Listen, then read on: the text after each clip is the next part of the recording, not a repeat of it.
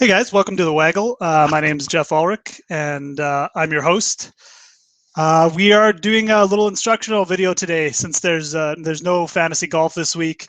The World Match Play Championship is on, so no fantasy golf on DraftKings, no fantasy golf on Victive, but I thought it'd be good to go over the lineups from last week, some of the winning lineups, and a lineup or two of my own, and deconstruct them and see what worked and what didn't, and see what we can learn from it. So that's kind of what we're going to be going over this week. It's going to be a little shorter video, but hopefully there's some tips and some lineup construction ideas that we can get from it.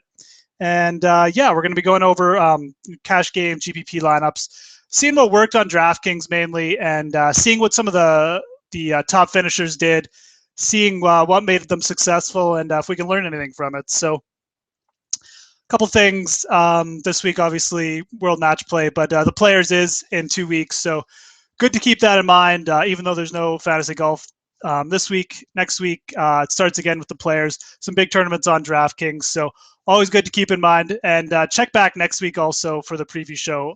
We'll be back with that. So with that in mind, let's get to it though. Let's look at some DraftKings lineups. I'll bring one up here right now. So this was my top lineup from the previous week from the Zurich Classic. So not gonna lie, not a lot went right for me last week. I was on a lot of Harris English and a few other players that missed the cut right on the number. The cut was super high last week. It was at -5. A lot of my players actually ended up at -4, so missed the cut by 1 stroke. Never a good thing. Never really a good week when that happens, obviously. So this was my top tournament lineup. Now, this lineup actually, I think, would have made for a good cash game lineup, and I think I had a couple that were similar to it, so that's sort of the reason why I thought it would be good to go over this one as well. Last week, if you had 5 players make the cut, you had a really good week because there were so many highly owned players that ended up missing the cut. Some that come to mind: Steve Stricker, Ricky Fowler, Brandon Steele, all over 20% owned, all missed the cut. So getting 4 or 5 players through last week meant you had a really good week. This lineup, as you can see, had 5 players make the cut. The first player I just start off talking about, Justin Rose. Rose obviously had a really good week. He won the tournament, but Justin Rose was the player I used in some of my cash game lineups. My main player that I really used was Harris English, but Rose was a really good cash game play because he's coming off the really good finish at the Masters, and also had a really good course history at the Zurich, really good history at the Zurich Classic, I should say.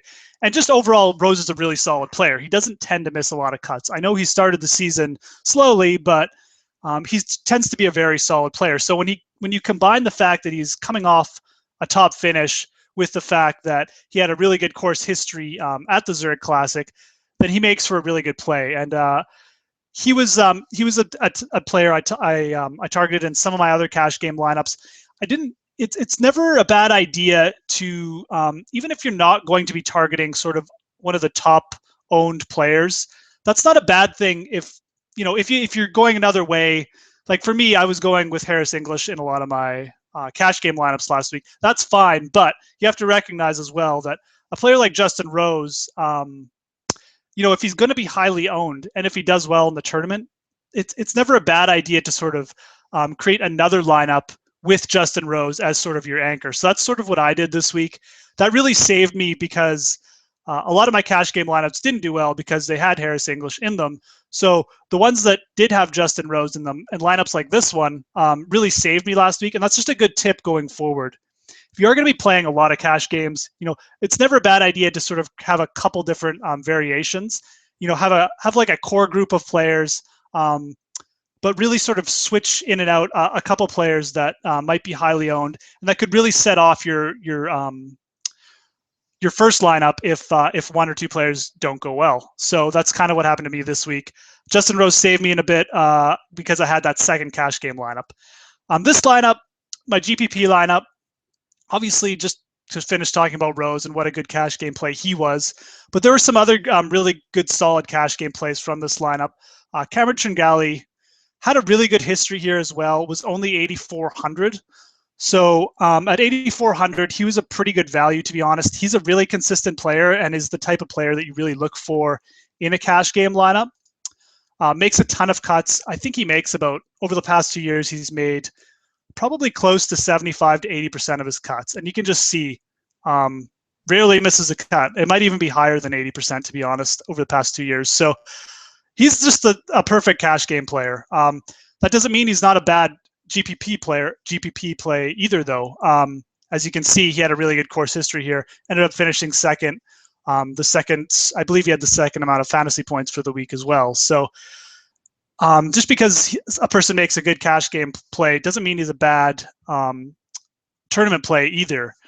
In this instance, I actually really like going with a couple, 2 or 3 really solid plays in a GPP lineup, and then sort of taking chances with the last 2 spots. So the other 2 players in this lineup that were really good cash game plays, in my opinion, were Russell Knox, and actually 3 of them, Russell Knox and John Peterson, both really good value. Russell Knox was only 7,700. He's another type of player that makes a lot of cuts, doesn't miss too many cuts, might not get like a top 10 every second week or anything like that, but typically ends up with a solid fantasy score and makes, around 80% of his cuts, I believe. John Peterson, I believe he's made 10 out of 11 cuts on tour now this year. Didn't have the greatest tournament, but still pretty solid. And again, for a cash game play, whenever a player makes the cut, he's never really that bad a play. So John Peterson was a little bit more expensive this week. So maybe you could have gone with a couple other players that were cheaper, but at the same time, for under 9,000, made the cut, pretty solid play. Jeff Overton actually in this lineup was also a pretty solid cash game play, in my opinion, just because of his course history at this event.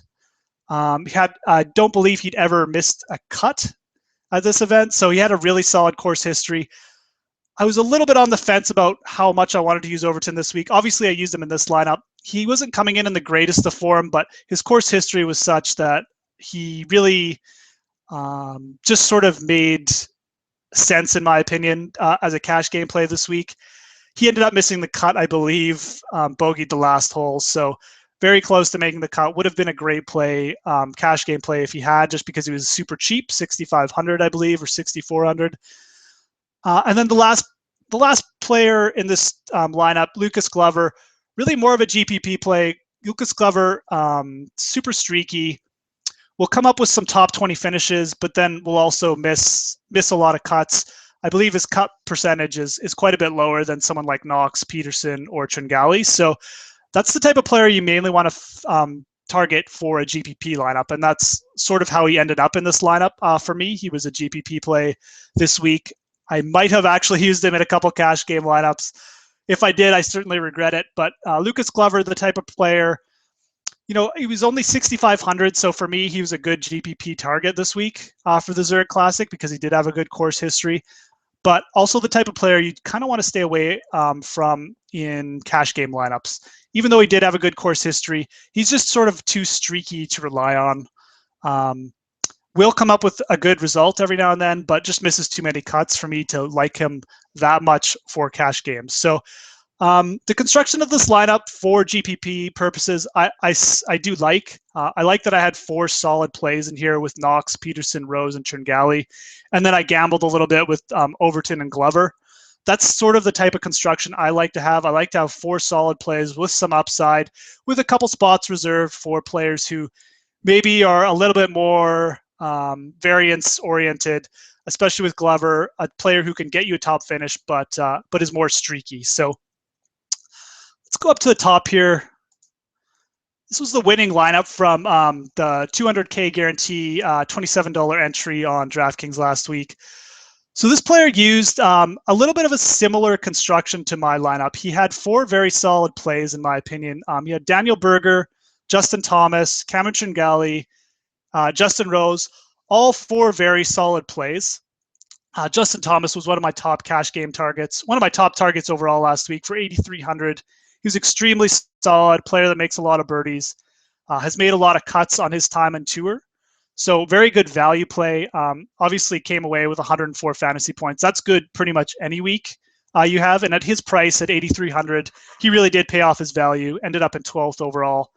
Daniel Berger, another player that's just turning into a really solid play, makes a lot of cuts, and when he does make cuts, he scores a lot of points as well. So this was a really good week to deploy Berger. I sort of regret not using him a little bit more at his price and skipping some of the other higher price plays instead of Berger. But he was just a really solid play again. So in my opinion, there were 4 very solid plays here with Rose and Tringali rounding out those 4. And then this player also made 2 really nice GPP gambles, in my opinion. Danny Lee, a good young player, has proven that he can, land you a top finish at a tournament. He's very streaky as well. I put him in the same category as Lucas Glover in that sort of sense, in that he does miss, a few cuts in a row. His cut percentage isn't that great, but when he does make the cut, he can get you like a top 20, top 25 finish, and he's even had finishes higher than that on this year. So I believe, he was extremely cheap, so only 5,700. Really good play, tournament play in my mind. And Cheslin Henley, same type of play, a little bit more consistent actually. He actually has made quite a few cuts this year, so I almost like him as a cash game play some weeks as well. But again, the type of player that can get you a higher finish, a top 10, a top 20 finish, and isn't that expensive. So I really like the lineup construction here. 4 very solid plays with 1 or 2 really good GPP gambles. I'm just going to go down to the second place finisher because he had a very different type of lineup construction. I think it's interesting that it might have worked this week, but I'm not sure in the long term if this is the type of lineup that I would normally recommend. This player used Jason Day, Justin Rose, as 2 very expensive players. I mean, I believe Jason Day was 12.7 and Justin Rose was 12.3. So both over 12,000 fantasy dollars. And then he rounded it out with Sean O'Hare, which, Sean O'Hare's been playing well. I like that as a good solid play to sort of go with Day and Rose. But because those 3 were so expensive, you can really see how this lineup, how he had to sort of gamble with his last 3 plays. Chad Campbell, Jim Herman, Carl Peterson, kudos to him for landing those 3 players this week. That's awesome. But, in the long term, it's just so hard to nail these very low price players like Chad Campbell, 5,700. I believe Jim Herman and Carl Peterson were in the same price range. It's really hard to nail these sort of plays. So I do think that, the Zurich Classic it was a weak field, that if you were going to try this strategy, this was probably a good week to do it, going with 3 studs and then sort of picking out 3 lower owned players, because, as we saw with Jim Herman and Chad Campbell, a lot of weaker players, a lot of lower priced players did fare well this week. So it was a good week to deploy this strategy. Most weeks, I don't like using 3 players of this low salary. You're just asking too much. It's just too hard to have 3 players go off on the same week most of the time. So, having 1 player of a Chad Campbell or a Jim Herman type in a GPP lineup, not a bad play, but having 3 of them together usually isn't going to pay off. Definitely paid off this week, but at the same time, this isn't the type of lineup construction most weeks I try and target. Really just want to reserve 1 or 2 spots for GPP gambles like Herman or Chad Campbell. So you can really see the difference in lineup construction. Obviously, the salary sort of forced this player's hand. He wanted to get Day and Rose in there, and he really had to sort of go low with his other 3 plays. So you can see the difference in there. From my point of view, I really like having 4 or 5 solid plays with 1 or 2 cheaper upside plays that can give you a sort of that upside you need to win a GPP. So those were the top plays from the last week and my own top play. And hopefully you learned something from taking a look through it. So yeah, just to recap, when you're making, especially when you're making your cash game lineups, there's some factors that you can always take into account. You can always look back. Has a player played well at a course? How has he played in recent weeks? Those are two big factors that should definitely factor in when you're making a cash game selection, or even just a selection in any type of tournament that you're playing in. But also, look at a player's cut rate. So, with Tringali, with Justin Thomas, with John Peterson, they all had cut rates of well over 70%. They're all very consistent players, and obviously not everyone's going to make every cut every week, but those players were valued as such that at the rate that they made cuts, they were very good value plays. So really look for those type of players that have a high cut rate. Obviously, if they couple them with a good course history like Tringali did last week, that's sort of the perfect type of cash game play that you can really roll out in your cash game lineups, and also using GPP lineups to pair with more speculative plays like a Lucas Glover, like a Chad Campbell, like a Jim Herman, or a Danny Lee, who all paid off last week as GPP plays. So those are the type of players you're sort of looking for as far as lineup construction goes, pairing those really solid cash game plays, 4 or 5 of them with 1 or 2 speculative plays. Those, in my opinion, are the best way to go about creating good cash game lineups and really solid GPP lineups as well. So hopefully you guys learned from that a little bit from going through those lineups and just from me talking you through it. Obviously, this week, the World Match Play Championships going on. Really fun tournament to watch, not so fun for fantasy golf, but in 2 weeks' time, the Players' Championships going on. Tons of big tournaments on DraftKings already. I'm getting excited for it. Players is one of the biggest events of the year. If you're planning to play or start playing daily fantasy golf, it's a great time to start because it really is one of the deepest, one of the best fields, one of the most exciting tournaments. So make sure you tune in next week. We'll be here to try and decrease your learning curve again. And we'll be doing the full preview show next week for the players. So good luck this week if you're doing any fantasy play, any fantasy baseball or anything like that. But stop by next week for the full fantasy golf preview. And yeah, thanks a lot for tuning in, guys. We'll talk to you next week.